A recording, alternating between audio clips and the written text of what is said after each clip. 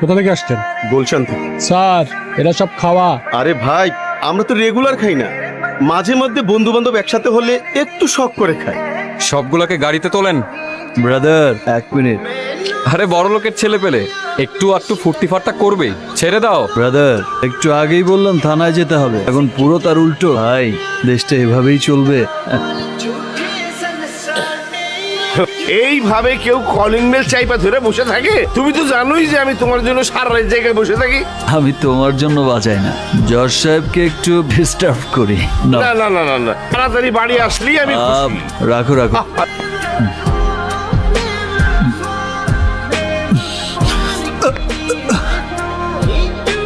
আপনার রাজপুত্র এলেন তাহলে? পেটে কিছু পড়ে নাই, শুরু করে দিছো এই বিষ খাওয়া। ভালো ভালো, খাও খাও, আমার আগে মরা চাই। জজ সাহেব কোথায়? চা খাইতেছে, এখনই বলতে বাইরে। শিগগির গিয়ে বলো আমার টাকা লাগবে, ক্যাশ না থাকলে চেক দিয়ে যেতে বলো। কেন? দুদিন আগেই না 20,000 টাকা দিলাম। ক্যাশ না থাকলে চেক দিয়ে যাইতে। টাকার অঙ্ক বসিয়ে নিতে বলো। টাকার অঙ্ক তো লেখেনি। তোমারে বসায় নিতে কইছে। জি ম্যানেজার সাহেব। স্যার, একটা চেক আসছিল। হ্যাঁ, আর ছেলে তো। কিন্তু স্যার অ্যামাউন্টটা অনেক বড়। কত? 50 লাখ। ছেলে তো আমারই। Okay sir, thank you. হ্যাঁ বলো। ব্যাপার কি এসব? আজকে সে 50 লাখ টাকা তুলেছে। কোথাও কি আগুন লেগেছে নাকি? ছেলেকে সামলাও সামলাও, তাহলে তো বাড়ি ঘরে আগুন লেগে যাবে। বুঝলাম না, তুমি আমাকে কথা শোনাচ্ছ কেন? এটা কি আমার একার, তোমার না?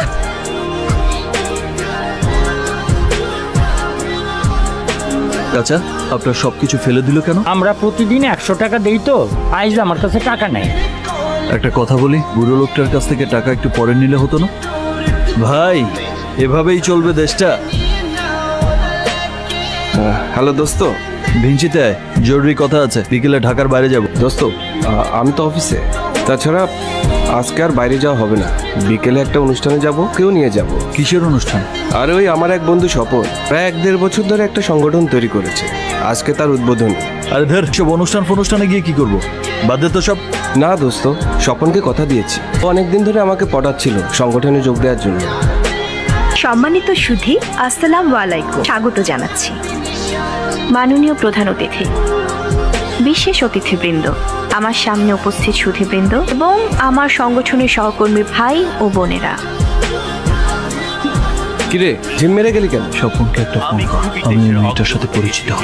অন্তি তো তোমার কথা শুনে একদম ফিট অর্পিতা, এখন আকাশে তারা অর্পিতা।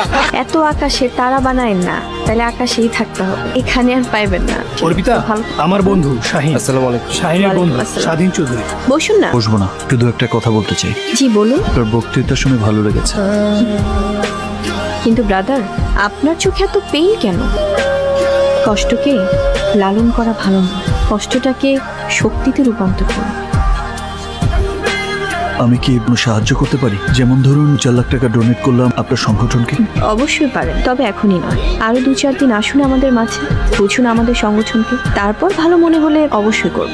Thank you. আপনার চোখে এত পেইন কেন? কষ্টকে লালন করা ভালো না, কষ্টটাকে শক্তিতে রূপান্তর করবেন। কি রে, আমাদের দুইটার সাথে তুই মারছিস 6টা, এত খাচ্ছিস কেন? আচ্ছা, আপনাদের কোনো দয়া মায়া নাই? এই মানুষটার ভেতরের জ্বালা আপনারা বোঝেন না? মেরে ফেলবেন নাকি লোকটাকে? এই যে, উঠুন উঠুন, আসুন।